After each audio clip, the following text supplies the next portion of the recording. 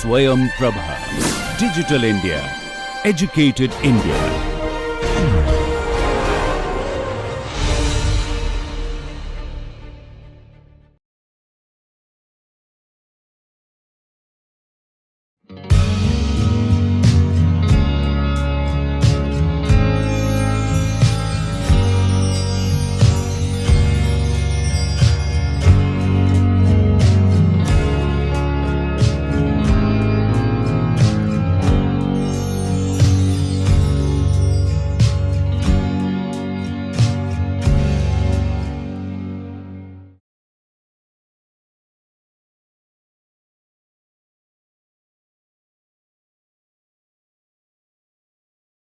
Hello everyone, welcome to the fourth lecture of this massive open online course on Sociology of Development.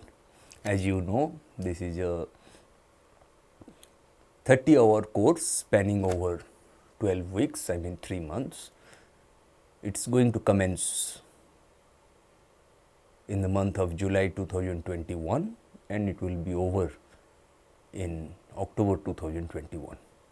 In the first week, we have already discussed the historical location of the idea of development, and in the second week, in the last lecture, we have discussed one part of decolonization, rise of nationalism in the third world and the desire for development. Okay, if you slightly recall what we have discussed in the last class is precisely these three aspects we have discussed. There was the invention of underdevelopment, how development has been treated as a metaphor and its distorted history, contorted history, and colonizing anti-colonialism. Okay, we have discussed.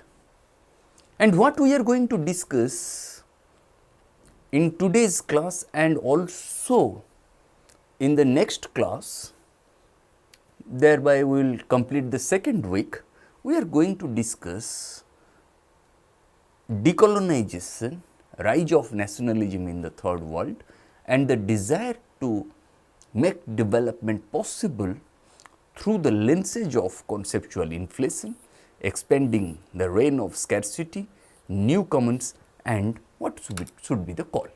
Okay? And then in the next class, we will discuss ideologies of Western dominance and ideologies of modernization, decolonization, the Cold War and nation building in two phases, from 1945 to 1960, from the Second World War for another 15 years, and then from 1960 to 1975, rise of Asian studies, emergence of Southeast Asian studies, and military modernization and nation building. We are going to discuss. Now, let us start with conceptual inflation. As you slightly, if you slightly recall that we have started this component of in the course on sociology of development, that in saying development, nevertheless, most people are now saying the opposite of what they want to convey. If I say India is a developed country, okay, then you will definitely question me, interrogate me, that how can you say India is a developed country?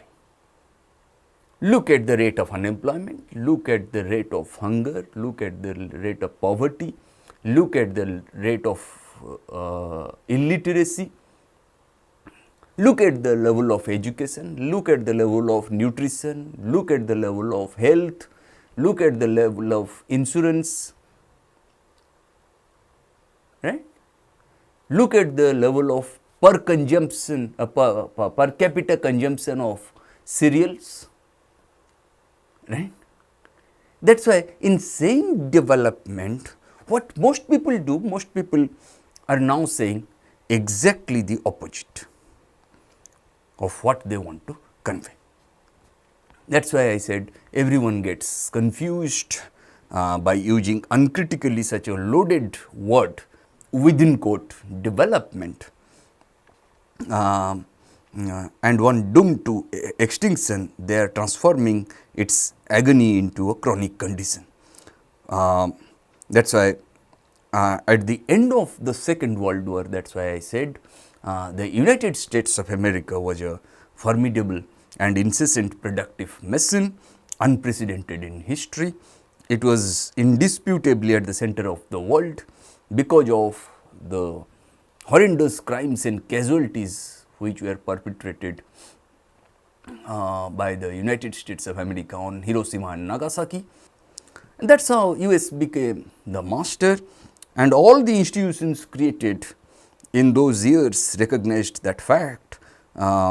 Even the United Nations Charter echoed the United States Constitution. Okay? That is how we witnessed the establishment of the Bretton Woods twins, namely the International Monetary Fund and the International Bank for Reconstruction and Development, popularly known as the World Bank. Okay? Now development, which had suffered the most dramatic and grotesque metamorphosis in its history in Truman's hands, US President, that is what we have discussed in the last lecture, that how Truman started his speech in 1949, that who were underdeveloped. What is the meaning of underdevelopment? Which countries are underdeveloped? Okay? That is why development, which had suffered the most dramatic and grotesque metamorphosis of its history in Truman's hands, was impoverished even more in the hands of its first promoters, who reduced it to economic growth. That is why development, when you say development, very often is equated with economic growth. Okay? For these individuals, development consisted simply of growth in the income per person in economically underdeveloped countries. It was the goal proposed by Lewis in 1944 and insinuated by the United Nations Charter in 1947. Lewis' 1955 dictum, first it should be noted that our subject matter is growth and not distribution. Okay? Now, it is not about distribution, but about economic growth. Then whatever wealth that is being generated, whether it is going to be equitably distributed or not, that is not the question. Now, the question is only economic growth. Okay? Okay, that was the idea. Okay? Even today, many governments in the world, they think that only economic growth is what they aim for, is what they aim at. They do not look at the distributive aspects of development. Okay? Lewis' 1955 dictum, that is first it should be noted that our subject matter is growth and not distribution, reflects the mainstream emphasis on economic growth, which permeated the whole field of development thinking.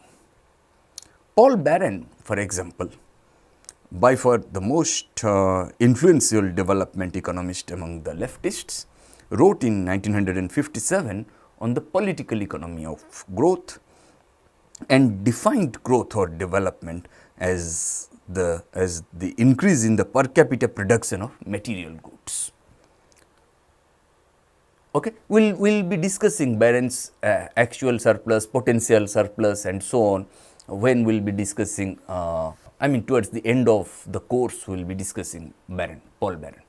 at length and in detail. Okay. For example, Rostow,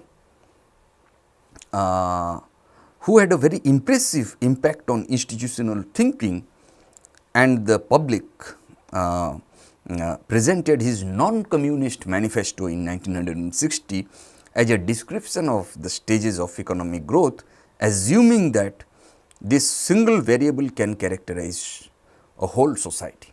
And both of them, both Paul Baran as well as Rostow, were of course dealing with a lot more than short-sighted economic growth, but their emphasis reflected the spirit of the times and the crux of the matter. Such an orientation was neither an underestimation of the social consequences of rapid economic growth, nor neglect of social realities. The first report on the world social situation, report on the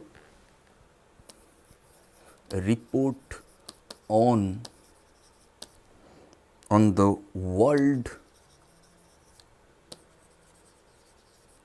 social situation in 1952.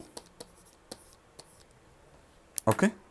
The first report on the world social situation, published in 1952, aroused unusual interest both inside and outside the purview of United Nations institutions. The report concentrated on the description of existing social conditions and only incidentally dealt with programs to improve them. But the proponents of such programs found in it inspiration and support for their concern with immediate measures for the relief of poverty. Like many others, they were also trying to develop in the underdeveloped countries the basic social services and the caring professions found in the advanced countries. These pragmatic concerns, as well as early theoretical insights going beyond the dogmatic vision of inequal economic quantifiers, were however overshadowed by the general obsession with all-out industrialization and GNP growth, gross national product growth, which dominated the 1950s. Optimism prevailed according to statistical indices and official reports. Both the social situation and social programs of these countries were continually improving. Such progress, following conventional wisdom, was but the natural consequence of rapid gross national product growth, GNP growth. The endemic controversy between the economic quantifiers on the one hand and the social service specialists was not eliminated by such evolution. The reports on the social situation, for example, prepared periodically by the United Nations, tangentially documented it. The expression social development, that not simply economic development, but social development. This is important. Okay. The expression social development within quote, slowly introduced in the reports, appeared without definition as a vague counterpart for economic development and as a substitute for the static notion of the social situation. The social within quote and the economic again within quote were perceived as distinct realities. The idea of a kind of a balance between these aspects became first a desideratum and later the object of systematic examination. The Economic and Social Council of the United Nations in 1962 recommended the integration of both aspects of development, both economic development as well as social development. Okay. That same year in 1962, the proposals for action of the first United Nations development decade 1960 to 1970 established that the problem of the underdeveloped countries is not just growth but development. development is growth plus change. It added, that change in turn is social and cultural as well as economic and qualitative as well as quantitative. Okay. The key concept must be improved. The key concept must be improved quality of people's life. Quality of life. The creation of the United Nations Research Institute for Social Development that we have discussed in the first week, okay, in 1963 was in itself an illustration of the concerns of the period. Another economic and another resolution by the Economic and Social Council of the United Nations in 1966 recognized the interdependence of economic and social factors and the need for harmonizing economic and social planning. Okay. Despite this gradual change throughout the first UN development decade, that is from 1960 to 1970, development continued to be perceived as a definable path of economic growth passing through various stages, and integration was the watchdog linking the social aspect to the economic aspect. In the 1960s, the UN, the United Nations Research Institute for Social Development acknowledged later social development was seen partly as a precondition for economic growth and partly as a moral justification for it and the sacrifices it implied. At the end of the decade, nevertheless, many factors contributed to dampen the optimism about economic growth. The shortcomings of current policies and processes were more conspicuous than at the beginning of the decade. The attributes demanding integration and had widened and it became clear that rapid growth had been accompanied by increasing inequalities. Why social development became important? Precisely because of the existing economic inequalities.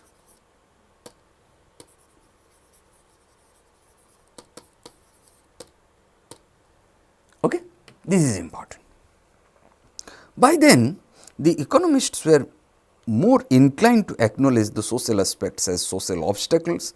Standard evidence permeated the official bodies that the fact that development either leaves behind or in some ways even creates large areas of poverty, stagnation, marginality and actual exclusion from social and economic progress is too obvious and too urgent to be overlooked. Conceptually, there was a generalized revolt against the straitjacket of economic definitions of development, constraining its goal to more or less irrelevant quantitative indicators. The question was clearly posed in 1970 by Robert S. McNamara, the president of the World Bank. After recognizing that a high rate of growth did not bring satisfactory progress in development during the first decade from 1960 to 1970, he insisted that the 1970s should be more than gross measures of economic growth. But the dethronement of GNP, gross national product as this crusade was then called, did not go very far. No international or academic consensus around any other definition was possible. While the first decade of development from 1960 to 1970 considered the social and economic aspects of development separately, the second decade involved merging the two, socio-economic development. Okay. Now, a new paradigm had to be formulated, that of integration. After recognizing the necessary interaction of physical resources, technical processes, economic aspects and social change. The International Development Strategy, proclaimed on the 24th of October 1970, called for a global strategy based on joint and concentrated action in all spheres of economic and social life. The turning point, however, was not in the strategy, but in an almost simultaneously UN resolution establishing a project for the identification of a unified approach to development and planning, which would fully integrate the economic and social components in the formulation of policies and programs. This would include components designed to leave no sector of the population outside the scope of change and development, whether rich or poor, whether developed countries or underdeveloped countries, okay, whether whites or blacks, okay, to whether man or woman, okay, to secondly to effect structural change which favors national development and to activate all sectors of the population to participate in the development process, whether it is industrial, industry or service, manufacturing industry or service industry or agriculture, all to aim at social equity, including the achievement of an equitable distribution of income and wealth in the nation. And finally, to give high priority to the development of human potentials, the provision of employment opportunities and meeting the needs of children. The quest for a unified approach to development analysis and planning thus began, which looked simultaneously for cross-sectoral and spatial or regional integration and for participatory development. As a UN endeavor, it was a very short-lived and frustrating project. Its results were both controversial and disappointing. Its critique of prevailing ideas and methods of economic development encountered considerable resistance, and its failure to produce simple universal remedies doomed it to rapid extinction. But the project incubated most of the ideas and slogans and animated the development debate during the years that followed. And the second decade, in 1970 to 1980, which started with this concern for a unified approach, socio-economic development and change, evolved in fact in the opposite direction, that is dispersion.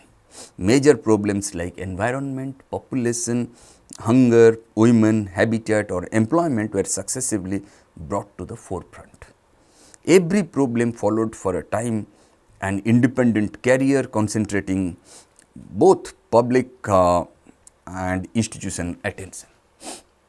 And later on, the complex relation of each problem with all the others was demonstrated and the pertinent exercise of unification started, with one of the problems at the center of the process. The key candidates for unification were constantly in dispute, arising from the old controversy over priorities and the day-to-day disputes among bureaucratic bodies for survival and allocation of resources, whether development is important or environment is important, whether technology is important, whether machines are important or labor is important. There must be a dialectical process, right? The quest for a unifying principle continued on different terrain. In 1974, the Declaration of Cocoyoc emphasized that the purpose of development should not be to develop things, but to develop human beings, not machines, but human beings.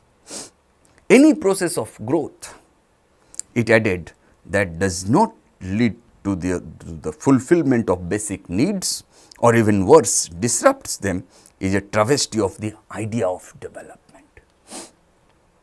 The declaration also emphasized the need for diversity and for pursuing many different roads to development, as well as the goal of self-reliance and the requirement of fundamental economic, social and political changes. Some of these ideas were explained in the proposals of the Dag Hammarskjöld Foundation, which suggested in 1975 another development. If the hitherto existing patterns of development, models of development have attuned towards or keen towards the a very few sections of the population, then the majority, the two-thirds of the population or more than two-thirds of the population, 90%, 85, 90% of the population, they are living with tragedy. Okay, they don't get adequate basic necessities of life. Then perhaps we need another paradigm of development. That's why in 1975 they proposed another development, and specifically the search for human-centered development, not technology-centered development, not machine-centered development, but human-centered development. Okay? Following Galtung, for whom development has to be the development of people, the experts judged that human beings should have a greater influence in the development process, policy, planning, and that this should be, as UNESCO insisted, about integrated development. Integrated development. Okay. What is that integrated development then? Now, a total multi-relational process that includes all aspects of the life of a collectivity, of its relations with the outside world, and of its own consciousness. In 1975, the 7th special session of the United Nations General Assembly asked for an approach more effective than that of the International Development Strategy adopted in 1970 for achieving social objectives of development. The Conference on Employment, Income Distribution and Social Progress, organized by the International Labour Organization (ILO) in June 1976, offered an answer: the basic needs approach, aiming at the achievement of a certain specific minimum standard of living before the end of the 20th century. One of the documents supporting the basic needs approach explicitly recognized that development would not eliminate hunger and misery, and that on the contrary it would surely worsen the levels of absolute poverty of a fifth and probably 2/5 of the population. The approach, the basic needs approach, proposed the idea of dealing directly with the task of coping with those needs instead of expecting their satisfaction as a result of the process of development. For 2 or 3 years, the proposal became fashionable. The World Bank found it particularly attractive since it appeared as the natural sequel to its experiments with target groups, which it had started in 1973, when its development strategy was concentrated on the rural poor and small farmers. Such basic needs approach was also promoted by many governments and the experts. It possessed the virtues of offering universal applicability while being at the same time relative enough to be country specific. In 1976, the satisfaction of the basic needs of each country's population defined the first and central portion of the program of action of the tripartite World Conference on Employment, Income Distribution and Social Progress and the International Division of Labour. Okay. The experts of UNESCO, for their part, promoted the concept of endogenous development. For some time, this conception of this concept of endogenous development won more acceptance than all the others. It seemed clearly heretical, openly contradicting the conventional wisdom. Emerging from a rigorous critique of the hypothesis of development in stages by Rostow, that is what we have already discussed in the first week, how Rostow tried to capture development in terms of 5 stages: the traditional society, pre-takeoff, takeoff, drive to maturity, and high mass consumption. Okay, that's why a critique was foregrounded of Rostow, the thesis of endogenous development rejected the necessity or possibility, let alone suitability, of mechanically imitating industrial societies.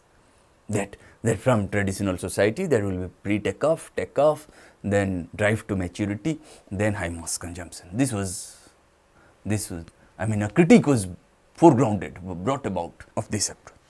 Instead, this endogenous development proposed taking due amount of the particularities of each nation.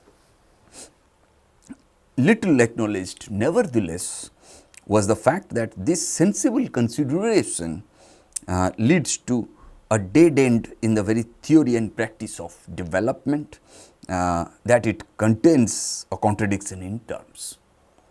If the impulse is truly endogenous, that is, if the initiatives really become out of the, if the initiatives really come out of the diverse cultures and their different systems of values, nothing would lead us to believe that from these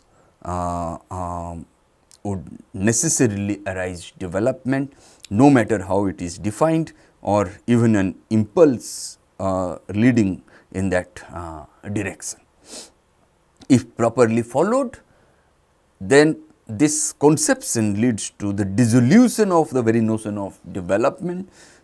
This conception of endogenous development leads to the dissolution of the very notion of development after realizing the impossibility of imposing a single cultural model on the whole world, as a conference of UNESCO experts pertinently recognized in 1978. Then in the 1980s,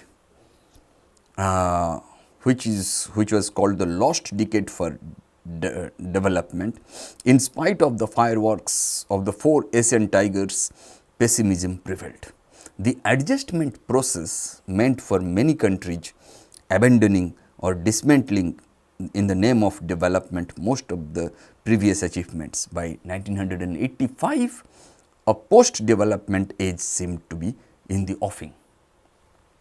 The 1990s, by contrast, gave birth to a new development ethos. This follows 2 clearly distinguishable lines. In the north, I mean in the developed countries, it calls for redevelopment. That is to develop again what was maldeveloped or is now obsolete. In the United States and the Soviet Union, in Spain, as in New Zealand, Switzerland, Austria, Poland or Britain, public attention is drawn by the speed and the conditions under which what was previously developed, I mean socialized medicines, nuclear plants, steep production, microchip manufacturing, polluting factories or poisonous pesticides may be destroyed, dismantled, exported or substituted. On the contrary, in the underdeveloped countries, I mean in the southern hemisphere, then in the underdeveloped countries, developing countries, redevelopment also requires dismantling what was left by the adjustment process of the 1980s in order to make room for the leftovers from the developed countries. Atomic waste, obsolete or polluting manufacturing plants, unsellable or prohibited commodities and so on. And those fragmented and temporary pseudo factories that the developed countries will keep in operation during the transitional period. The obsession with competitiveness, the fear of being left out of the race compels acceptance of the destruction of whole sections of what was developed over the last 30 years or maybe 50s to or 60s to 90s. Sacrificed on the altar of development or on sacrificing on the altar of redevelopment. These will instead be inserted in transnational designs consistent with world market demand. In the developing countries or in the underdeveloped countries, nevertheless, the emphasis of redevelopment will not be on such ventures existing in the form of technological and socio-political enclaves. Rather, redevelopment implies the economic colonization of the so-called informal sector in the name of modernization and under the banner of the war on poverty, pitting as always the West against the poor, not a war against poverty itself. Redeveloping the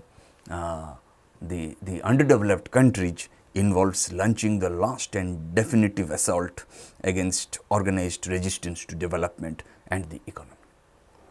Conceptually and politically, redevelopment is now taking the shape of sustainable development. Okay? For our common future, as prescribed by the Brundtland Commission, or else it is being actively promoted as green and democratic redevelopment for those assuming that the struggle against communism, the leitmotif of Truman's speech, is over. But in its mainstream interpretation, sustainable development has been explicitly conceived of as a strategy for sustaining development, not for supporting the flourishing and enduring of an infinitely diverse natural and social life. The current decade, that the 90s, then the first decade of the 21st century, they have also given birth to a new bureaucratic exercise to give development another lease of life.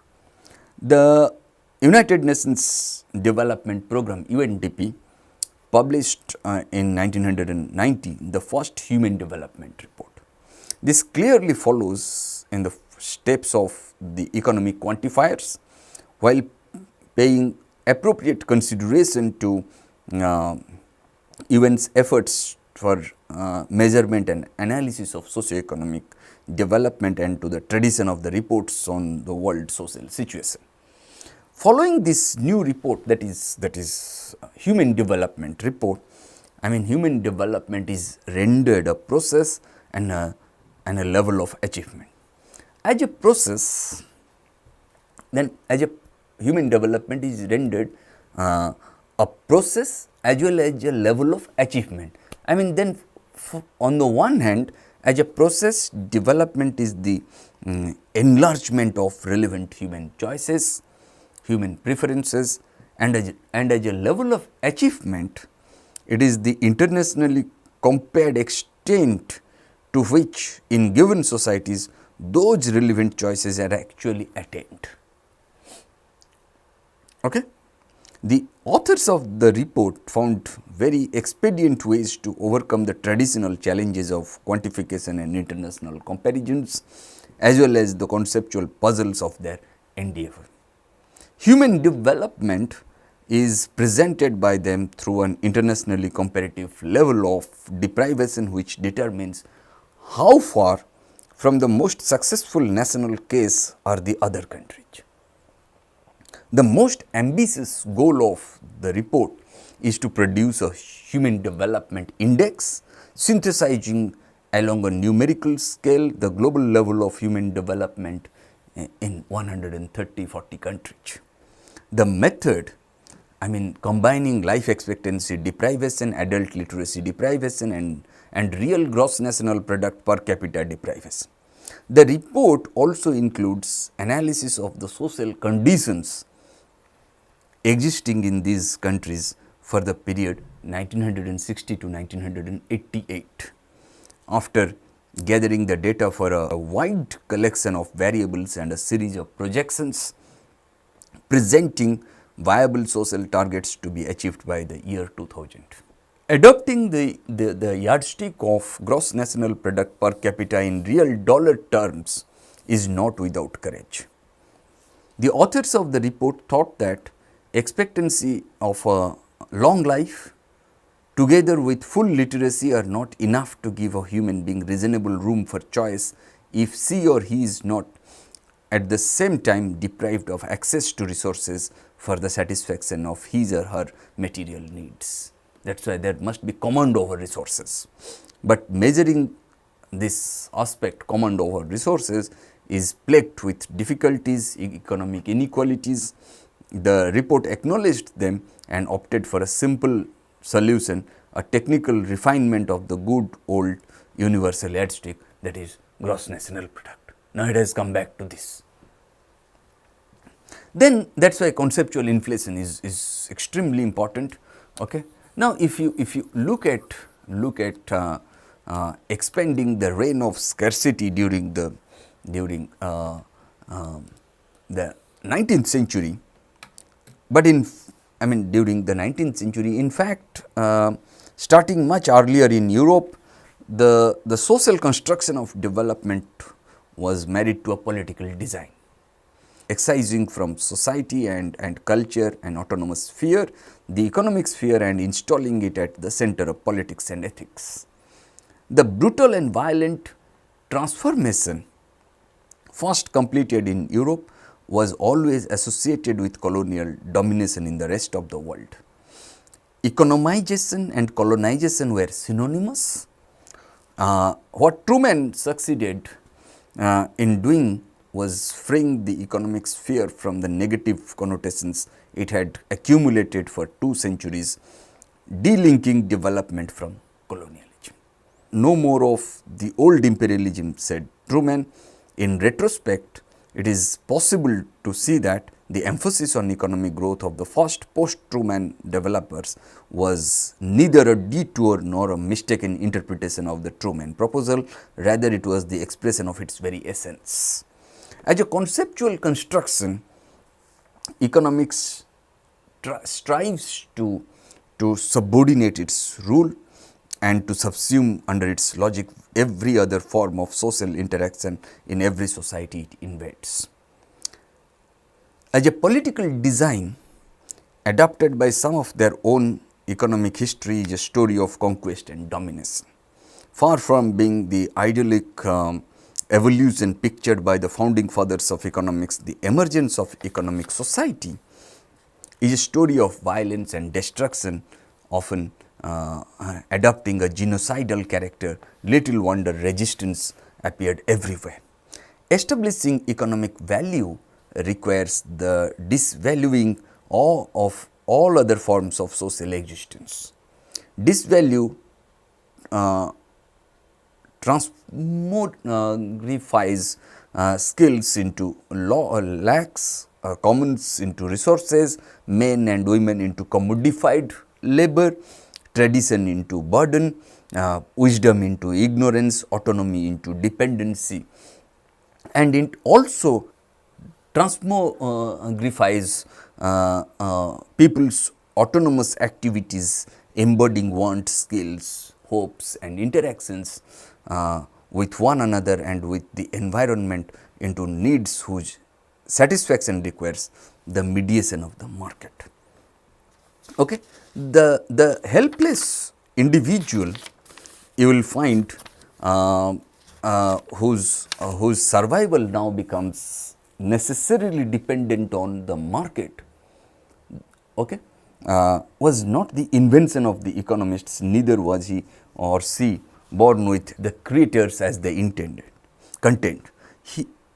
Human beings are historically conditioned, right? That is why what Esteva tried to bring about a critique of conventional economics, okay.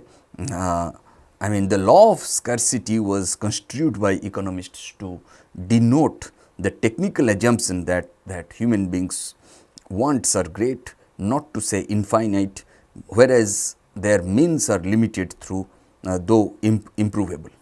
The assumption implies choices over the allocation of means or resources This fact defines the economic problem par excellence, whose solution is proposed by economists in the northern parts of the world, even shares this technical meaning of the word scarcity, assuming it to be a self-evident truism, but it is precisely the universality of this assumption that is no longer tenable.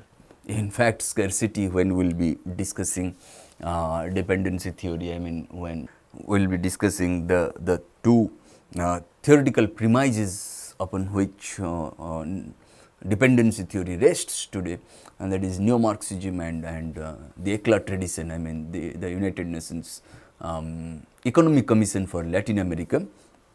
There you will find that we will be trying to make a distinction between Marxism on the one hand and neo-Marxism on the other, and there you will find what is scarcity. I mean what people very often say that we have scarce resources, we have limited resources, we must use them in a prudent manner. But what is scarcity for the I mean what Esteva and others, they argue that what is scarcity? Scarcity is a bourgeois invention. Okay. Okay. I mean you get we run out of water, electricity, all these things, but when it comes down to political elites of the country, okay, it never runs out. I mean it never it's never a matter of scarcity. It's never a matter of limited resources, right? A few years before Truman's speech, I mean Truman delivered that speech in 1949. I mean a few years before Truman's speech, just at the end of the First World War, Second World War, not First World War, Second World War, Karl Polanyi published The Great Transformation, convinced that economic determinism was a 19th century phenomenon, that the market system violently distorted our views of individual and society, and that these distorted views were proving one of the main obstacles of the solution, obstacles to the solution of the problems of our civilization. Polanyi carefully documented the economic history of Europe as the history of the creation of the economy as an autonomous sphere, disjoined from the rest of the society, rest of our economic culture and polity. Polanyi showed that the national market did not appear as the gradual and spontaneous emancipation of the economic sphere from governmental control, but quite the opposite. The market was the result of a conscious and often violent intervention by government in the years that followed after the Second World War. Polanyi laid down the foundations for comparative economic history. Okay. After Karl Polanyi, many others have followed this road, retracing economic history as merely one chapter in the history of ideology. For example, eminent sociologist Louis Dumont, among others, has shown that the discovery of the economy through the invention of economics was in fact a process of the social construction of ideas and concepts. You can look at Homo hierarchicus by Louis Dumont. The economic laws of the classical economists were but deductive inventions which transformed the newly observed patterns of social behavior adapted with the emergence of economic society into universal axioms designed to carry on a new political project. And such assumption of the previous existence of economic law or facts construed by economists is untenable when confronted with what we know now about ancient societies and cultures, even with what we can still see in some parts of the world. Okay. Now, what are the new things, new comments that we are getting? Okay. Struggling to limit the economic sphere is not for the common individual at the margins or the majority of the people on this planet, mechanical reaction to the economic invasion in their lives. They are not Luddites. Rather, they see, common people see their resistance as a creative reconstitution of the basic forms of social interaction in order to liberate themselves from their economic chains. They have thus created in their neighborhoods, villages and barrios new commons which allow them to live on their own terms. In these new commons, what we generally find, there are forms of social interaction that have appeared only in the post Second World War phase. Still, the people in these new spaces are the heirs of a diversified collection of commons, communities and even whole cultures destroyed by the industrial economic form of social interaction. After the extinction of their subsistence regimes, they tried to adopt various patterns of accommodation to the industrial form. The failure of both industrial society and the remnants of traditional forms of interaction to effect this accommodation was the precondition of the social inventions whose consolidation and flourishing has been further stimulated by the so-called crisis of development. For the people on the margins, disengaging from the economic logic of the market or the plan has become the very condition for survival. They are forced to confine their economic interaction, for some very frequent and intense, to realms outside the spaces where they organize their own modes of living. Those spaces were their last refuge during the development era. After experiencing what survival means in economic society, they are now counting the blessings they find in some such refuges while working actively to regenerate them. By equating education with diplomas or degrees, following the economic definition of learning, they lacked teachers and schools. Now, after re-embedding learning in culture, they have the affluence of constantly enriching their knowledge with a little help from friends, bringing to them experiences and remedies from outside their tradition. After equating health with dependence on medical services, they lacked doctors, health centers, hospitals, medicines, drugs. Now, after recognizing health again as the autonomous ability to cope with the environment, they are regenerating their own healing capability, benefiting from the traditional wisdom of their healers and from the richness of the curative capacity of their environments. These too, with a little help from their friends, when something beyond their reach or the traditional realm requires external help. After equating eating with the technical activities of production and consumption, linked to the mediation of the market or the state, they lacked income and suffered scarcity of food. Now, they are regenerating and enriching their relationships with themselves and with the environment, nourishing again both their lives and their lands. Okay? And they are usually coping well with the shortages still affecting them as a consequence of the time and effort required to remedy the damage done by the development of their temporary inability to escape from the damaging economic interactions they still have to maintain. It is not easy, for instance, to step out of commercial crops or give up the addiction to credit or industrial inputs, but intercropping helps regenerate both land and culture in time, providing an improvement in nutrition. Peasants and grassroots groups in the cities are now sharing with people forced to leave the economic center the 10,000 tricks they have learned to limit the economy, to mock the economic creed, or to refunctionalize and reformulate modern technology. The crisis of the 1980s removed from the payroll people already educated in dependency on incomes and the market, people lacking the social setting enabling them to survive by themselves. Now, the margins are coping with the difficult task of relocating these people. That is how you will find displacement and so on.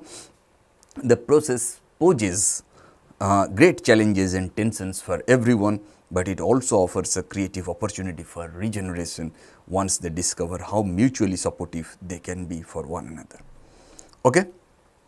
The basic logic of human interactions inside the new commons prevents scarcity from appearing in them. People do not assume unlimited ends, since their ends are no more than the other side of their means, their direct expression. If their means are limited as they are, their ends cannot be unlimited. Within the new commons, needs are defined with verbs that describe activities embodying wants, skills and interactions with others and as well as with the environment. Needs are not separated into different spheres of reality, lacks or expectations on one side and satisfiers on the other, reunited through the market or the plan. Then one of the most interesting facets of the ongoing regeneration in the new commons being created by ordinary women and men is precisely the recovery of their own definition of needs, dismantled by development in perception and in practice. Then what is the new call that we have for Esteva? And what Esteva suggests that perhaps it requires some kind of political action. It celebrates the appearance of new commons creatively opened by common men and women after the failure of the developers' strategies to transform traditional men and women into economic men. These new commons are living proof of the ability and ingenuity of common people to react with sociological imagination following their own path within hostile environments. Okay? When he said political action, political controls to protect these new commons and to offer common men and women a more favorable social context for their activities and innovations. And such political controls can be implemented only after public awareness of the limits of development has become firmly rooted in our economy, in our culture, in our polity, in our society as a whole. Even those still convinced that development goals are pertinent ideals for the so-called underdeveloped should honestly recognize the present structural impossibilities for the universal materialization of such goals, and the cynicism of those who, knowing such limits, continue to proclaim the myth should be publicly exposed. That's what Esteva suggests, that it's now time to recover a sense of reality. It's time to recover serenity. Crutches like those offered by science are not necessary when it is possible to walk with one's own feet on one's own path in order to dream one's own dreams, not the borrowed ones of the so-called mainstream colonizers' development trajectory. Okay? Then what we have discussed in this lecture, we have discussed conceptual inflation, expanding the reign of scarcity, new commons, and the call by Esteva's engagement with the invention of underdevelopment in the context of end of colonialism, a rise of nationalism in the third world, and the desire to make development possible. Then in the next class, in the next lecture, what we are going to discuss, we are going to discuss ideologies of Western dominance and ideologies of modernization and decolonization and the Cold War and nation building in two phases from 1945 to 1960 on the one hand and 1960 to 1975 on the other, and then rise of Asian studies, emergence of Southeast Asian studies and military modernization theory and nation building. Thank you.